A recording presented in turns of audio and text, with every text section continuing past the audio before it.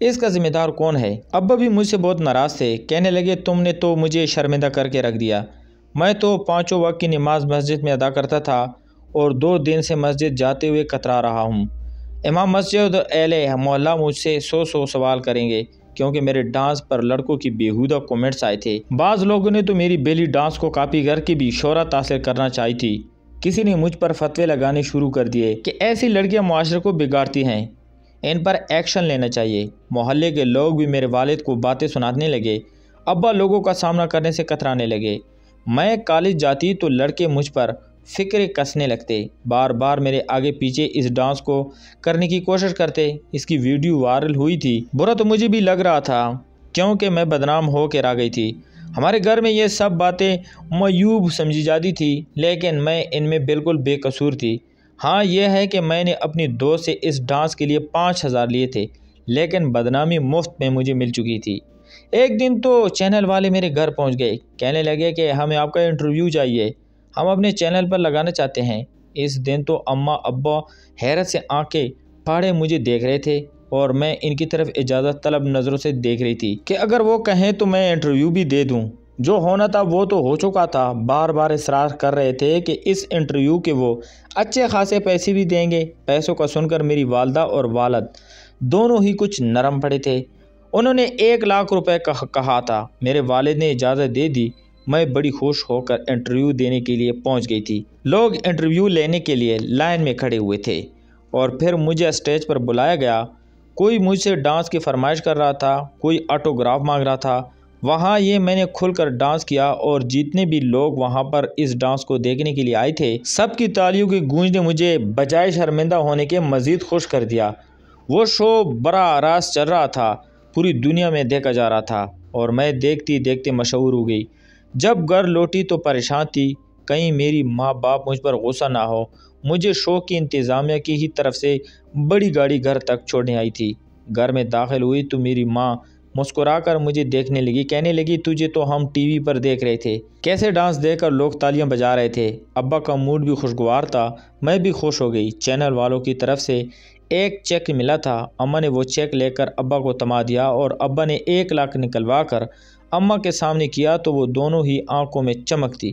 پیسے کی چمک، کیونکہ شاید پہلی بار ایک ساتھ انہوں نے اتنی بڑی رقم دیکھی تھی۔ وہ 1 لاکھ روپیہ ہم غریب لوگوں کے لیے بہت بڑی رقم تھی۔ پیسوں کو دیکھ کر میرے ماں باپ کا موڈ بھی کافی حد تک بدل چکا تھا۔ اب تو اگر محلے کی کوئی عورت یا مرد کوئی بات سنانے کے لیے گھر کے دروازے کے باہر آتا یا کسی محفل میں میری ماں کو کوئی ٹوکنا چاہتا، میری ماں تو اس سے ہاتھا پائی تک چلی جاتی، اسے باتیں سناتی۔ دھیرے دھیرے لوگوں نے خود ہی اس بات کو قبول کر لیا تھا۔ مجھے ایک لڑکی نے بتایا کہ تم ٹک ٹاک پر اپنا اکاؤنٹ کیوں نہیں بناتی، فیس بک پر اپنا پیج بناؤ اور وہاں پر اپنی ویڈیوز ڈالو، اس طرح تم اور مشہور ہوگی، تمہیں بڑے بڑے لوگ اپنے شادیوں میں ناچنے کے لیے بلائیں گے اور پھر تم ہزاروں کے بجائے لاکھوں کما سکو گی۔ مجھے اس لڑکی کا مشورہ پسند آیا تھا۔ میں نے اگلی ہی روز سے ٹک ٹاک اور فیس بک پر اپنا اکاؤنٹ بنایا اور وہاں پر کمرہ بند کر کے ناچنے گانے کی ویڈیوز بنا کر ڈالنے لگی۔ میری پہلی ویڈیوز وائرل ہو چکی تھی۔ لوگ تو میری تعریفیں کرتے نہیں تھک رہے تھے، کوئی مجھ سے شادی کرنے کا کہہ رہا تھا اور کوئی مجھے دوستی کا۔ کچھ لوگ مجھے ذرا مذہبی بھی لگ رہے تھے، مگر خیر میں تو ان سب باتوں سے بہت آگے نکل چکی تھی۔ ایک روز میرے فیس بک پیج پر ایک میسج آیا جو کہ ایک عربی کا تھا۔ پہلے تو میں اسے نظر انداز کرتی رہتی، یہی سمجھا کہ ہو سکتا ہے وہ عربی میرے ڈانس کی تعریف کر رہا ہو، لیکن جب میں نے بہت دنوں تک اس کا میسج نہ دیکھا تو اس نے دوبارہ مجھے میسج کیا جس میں وہ مجھے کام کی آفر کر رہا تھا۔ کہنے لگا کہ سعودی عرب میں بیلی ڈانس بہت مشہور ہے، بڑے بڑے شیخ و امراء اس ڈانس کے پیچھے پاگل ہیں، تم تو بڑی بڑی عربی حسیناؤں کو بھی پیچھے چھوڑ چکی ہو، اگر تم میرے ساتھ مل کر یہاں پر یہ کام کرو تو تم پاکستانی لاکھوں روپے کما سکتے ہو۔ اس نے مجھے تمام تر معلومات بتائی، یہ تک کہہ دیا کہ ویزا، ٹکٹ سب کچھ اس کی طرف سے ہوگا۔ میں تو خوش ہو چکی تھی، مجھے ریال بھی پیسے ملنے والے تھے۔ میری خوشی کی کوئی انتہا نہ رہی، میں دل ہی دل میں دبئی جانے کے سپنے دیکھنے لگی۔ اس بار جب میں نے اپنے ماں باپ کو بتایا تو وہ خاموش ہو چکے تھے۔ ماں کہنے لگی یہاں تک تو ٹھیک تھا، تم مشہور ہو گئی، وہ بھی ٹھیک ہے، تمہیں 1 لاکھ روپے مل گیا تھا، چلو ہمارے کسی کام آ جائے گا، مگر اب تمہیں دبئی نہیں بھیج سکتے۔ ارے اکیلی لڑکی ہو، جوان جہاں ہو، کوئی اونچ نیچ ہو گئی تو پھر کیا ہوگا، لیکن جب میں نے انہیں بتایا کہ وہاں پر مجھے ریال میں ایک شو کے پیسے ملیں گے جو کہ پاکستانی لاکھوں روپے بنتے ہیں، تو میری ماں کی آنکھیں حیرت سے پٹی کی پٹی رہ گئی تھی۔ کہنے لگی کہ ٹھیک ہے، ہم سوچ کر بتائیں گے۔ جانتی تھی کہ میرے ماں باپ کی من میں لالچ جاگ چکا ہے، بھلا کون اتنے پیسوں کو اور اس آفر کو ٹھکرائے گا، اور پھر پیسہ چیز ہی ایسی ہے۔ اگلی صبح میری ماں میرے پاس آئی اور کہنے لگی کہ تم دبئی جانے کی تیاری کرو، تمہارے ابو مان چکے ہیں، شاید اسی طرح ہی ہماری غریبی چھوٹ سکتی ہے۔ تو ٹھیک ہے، میں تو خوشی خوشی اپنی پیکنگ کرنے لگی۔ میری بہنیں اور ماں باپ سبھی خوش تھے۔ چند ہی روز بعد میں اپنی تمام تر تیاری مکمل کرنے کے بعد دبئی پہنچ چکی تھی۔ اس عربی شخص نے مجھے اپنی تصویر بھیج رکھی تھی۔ جیسے میں ایئرپورٹ پر پہنچی تو وہ مجھے پہچان چکا تھا۔ اس نے مجھ سے مصافحہ کیا اور پھر ایک بڑی سی گاڑی میں مجھے بٹھا کر لے جانے لگا، بلند و بالا مارتے ہیں، اور دبئی کی خوبصورتی دیکھ کر تو میری آنکھیں پٹی کی پٹی رہ چکی تھی۔ میں نہیں جانتی تھی کہ میرا بیلی ڈانس مجھے یہاں تک لے آئے گا۔ وہ مجھے ایک فلیٹ میں لے گیا اور کہنے لگا کہ تم اب یہیں رہو گی، کچھ دیر آرام کر لو، جو کھانا پینا ہے بتا دو۔ میں جو منگوا سکتی تھی آرڈر کر کے منگوا لیا، اور جتنا ٹھونس ٹھونس کر کھا سکتی تھی کھا لیا، کیونکہ سب کچھ سچ میں بہت مزے کا تھا۔ اس کے بعد وہ عربی چلا گیا اور میں سپرنگوں والے بیڈ پر لیٹ گئی۔ شام کو اٹھی تو مجھے تیار کرنے کے لیے وہاں پر بیوٹیشن اور ڈیزائنر آ چکی تھی۔ جو لباس اس نے میرے لیے منتخب کیا، میں تو گویا ایک پل کو کام چکی تھی۔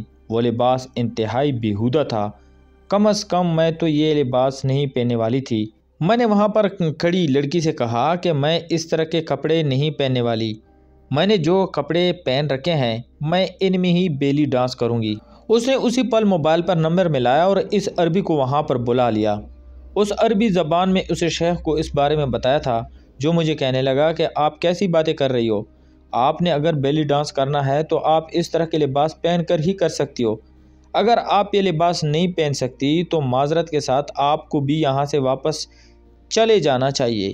جب تک یہ لباس نہیں ہوگا بیلی ڈانس کا تو چارم باقی نہیں رہتا۔ میں تو شش و پنج میں مبتلا ہو چکی تھی کہ آخر کیا کروں۔ نہ چاہتے ہوئے بھی میں نے وہ لباس لیا اور اسے زیب تن کر لیا۔ میں بالکل نیم آریاں تھی، سمجھ ہی نہیں آ رہی تھی کہ کیسے اس عربی شیخ کے سامنے باہر جاؤں گی، مگر خیر لالچ تو میرے سر پر سوار تھی۔ پیسوں کی لالچ میں تو میں کچھ بھی کرنے کو تیار تھی۔ میں اسی لباس میں باہر آئی اور اس حال نما کمرے میں پروگرام شروع ہوا اور میں بیلی ڈانس کرنے لگی۔ میرا دھیان نہ ہی اسی عربی پر تھا، نہ ہی اس کمرے میں موجود ریکارڈنگ پر، بلکہ میں تو بس گانے کے بول پر ناچتے جا رہی تھی۔ وہ مجھ پر پیسے لوٹاتا جا رہا تھا۔ آخر میں اس نے مجھے 1 لاکھ ریال دیا اور ریکارڈنگ اس نے اس وقت کچھ امیر شیخ زادوں کو بیچی تھی، جس کے بعد کئی محفلوں میں مجھے بیلی ڈانس کرنے کے لیے بلایا گیا۔ پہلے تو میں تھوڑی جھجکی تھی، مردوں کے سامنے ڈانس کرنا میرے لیے مشکل تھا، مگر پھر مجھے ان سب کی عادت ہونے لگی۔ میں لاکھوں روپے کمانے لگی تھی اور وہ لاکھوں روپے میں اپنی ماں کو بھیجنے لگی۔ میرے ماں باپ ان پیسوں سے نیا گھر بنا چکے تھے، گھر میں کسی چیز کی کوئی کمی نہ رہی تھی۔ میں نے یہ سوچ رکھا تھا کہ میں ہمیشہ یہ کام نہیں کروں گی، کیونکہ بہرحال بھلے ہی میں ایک مشہور بیلی ڈانسر ہو چکی تھی، مگر یہ کام اچھا نہیں تھا۔ میں نے اس مرتبہ جب 20 لاکھ روپے پاکستانی بھیجے تو ماں سے کہا کہ ابا کو بولو ان پیسوں سے کاروبار شروع کر لے، مگر ماں کہنے لگی تو پاگل تو نہیں ہو گئی، بھلا کون سا کاروبار ہے جو ہمیں اتنے پیسے دے گا، تیرا باپ اس عمر میں کہاں کاروبار کرتا پھرے گا، تو کما تو رہی ہے ہمارا بیٹا بن کر۔ ماں مجھے چکنی چیڑی باتیں سنانے لگی تھی، میں بھی اس وقت خاموش ہو گئی۔ میں نے آج تک بیلی ڈانس کے دوران کسی شخص کو اپنے قریب نہیں آنے دیا تھا۔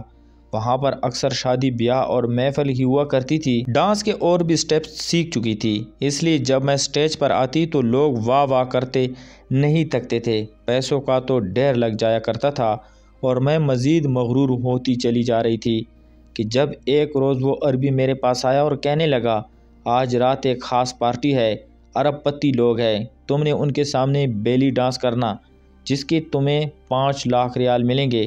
5 لاکھ ریال سنا تو میں ہنسی میں کہنے لگی کہ یہ پرائیویٹ پارٹی ہے، میں 5 لاکھ نہیں بلکہ 8 لاکھ ریال لوں گی۔ وہ شیخ مان گیا، کہنے لگا کہ ہاں کیوں نہیں، تم 8 لاکھ ہی لے لینا، وہ تو تمہیں 8 لاکھ کیا 10 لاکھ بھی دیں گے۔ مار اور 4.5 پیسہ بنتا چلا جا رہا تھا۔ میں بھی خوشی خوشی اس پارٹی میں چلی گئی۔ مجھے لگا تھا کہ یہاں پر خواتین بھی ہوں گی، مگر یہاں پر صرف مرد تھے۔ جب میں نے ڈانس کرنا شروع کیا، وہ ایک کمرہ تھا جہاں پر بستر بھی لگا ہوا تھا۔ شیخ سامنے بیٹھے ہوئے تھے اور اس کے سامنے کانچ کی بوتلیں کھلی ہوئی تھی، گلاس پر گلاس پیے جا رہے تھے، ایک بعد دوسرا، دوسرے کے بعد تیسرا، اور میں ان کے سامنے ڈانس کرتی جا رہی تھی کہ تبھی 2 عربی اٹھ کر آئے اور اپنی حدود پلانگنے لگے۔ میں ڈانس کرنا روک چکی تھی، انہیں خود سے دور کرنے لگی، مگر وہ مجھ پر قابض ہو چکے تھے۔ میں چلانے لگی، اس عربی کو بلانے لگی جو مجھے یہاں پر لے کر آیا تھا، مگر وہ بھی وہاں سے جا چکا تھا۔ اس رات میں ہار گئی تھی۔ وہ 8 عربی مجھ سے اپنے پیسے وصول کر چکے تھے، بھلے ان کے لیے یہ بہت معمولی رقم تھی، لیکن میں اپنا سب کچھ لوٹا چکی تھی، اپنی سب سے قیمتی چیز۔ میں رو رہی تھی، آنسو تھمنے کا نام نہیں لے رہے تھے۔ جب وہ عربی مجھے کہہ رہا تھا، ایسے کاموں میں اتنا تو ہو ہی جاتا ہے، اس میں کون سی بڑی بات ہے، تم ناچتی بھی تو ہو، اگر یہ کام کر لیا تو کیا ہوا، دیکھو انہوں نے تمہارے لیے 10 لاکھ ریال بھی دیے ہیں۔ وہ پیسے میرے سامنے پڑے تھے۔ وہیں پاکستان میں میری ماں بھی مجھے یہ کہہ رہی تھی کہ دیکھ بیٹا، تو شادی کرنے کے خواب تو چھوڑ ہی دے، شادی تو اب صرف تیری بہنوں کی ہوگی۔ ارے ہمارے خاندان میں تجھ ناچنے والی بولا کون اپنائے گا، ہر کوئی شریف اور پردے دار لڑکی ہی چاہتا ہے، اور تو وہ رہی نہیں، تجھے اب یہاں آنے کی بھی ضرورت نہیں، ورنہ تیری بہنوں کی رشتوں میں رکاوٹ بننا شروع ہو جائے گی۔ تیرا کام بس پیسے کمانا ہے، خود بھی وہاں پر عیش کر اور ہماری زندگیاں بھی خوشیوں سے بھرتی رہا۔ اپنی ماں کی باتیں سن کر مجھے بہت دکھ ہوا۔ میں اپنی ماں کو بتانا چاہتی تھی کہ میری عزت مٹی میں مل چکی ہے، اگر امی کی بات سن کر میں خاموش ہو چکی تھی۔ مجھے پچھتاوا ہونے لگا جب میں نے پڑھائی کی جگہ ناچ گانے کو پسند کیا تھا۔ میں گاؤں میں شادیوں پر جا کر ناچا کرتی تھی، نہ میں ناچتی اور نہ ہی آج یہ نوبت آتی، اور نہ ہی میں یہاں تک پہنچ پاتی، مگر وہ کہتے ہیں نا کہ دل پر سیاہی جم جائے تو انسان کو کچھ اچھا برا نہیں لگتا، ایک مرتبہ ہی کوئی بات بری لگتی ہے، پھر دھیرے دھیرے انسان عادی ہوتا چلا جاتا ہے۔ جب میرے ماں باپ کو میری عزت سے کوئی سروکار نہیں تھا تو میں بھی ڈھیٹ بن چکی تھی۔ جب بھی بیلی ڈانس کی آفر آتی تو مجھے ساتھ یہ بھی بتا دیا جاتا کہ وہ شیخ تمہارے ساتھ جو بھی کرے وہ تمہارے اس کانٹریکٹ میں شامل ہے۔ میں بھی وہ منہ مانگے دام رکھ کر اس عربی کے ساتھ ناچنے کے لیے چلی جایا کرتی۔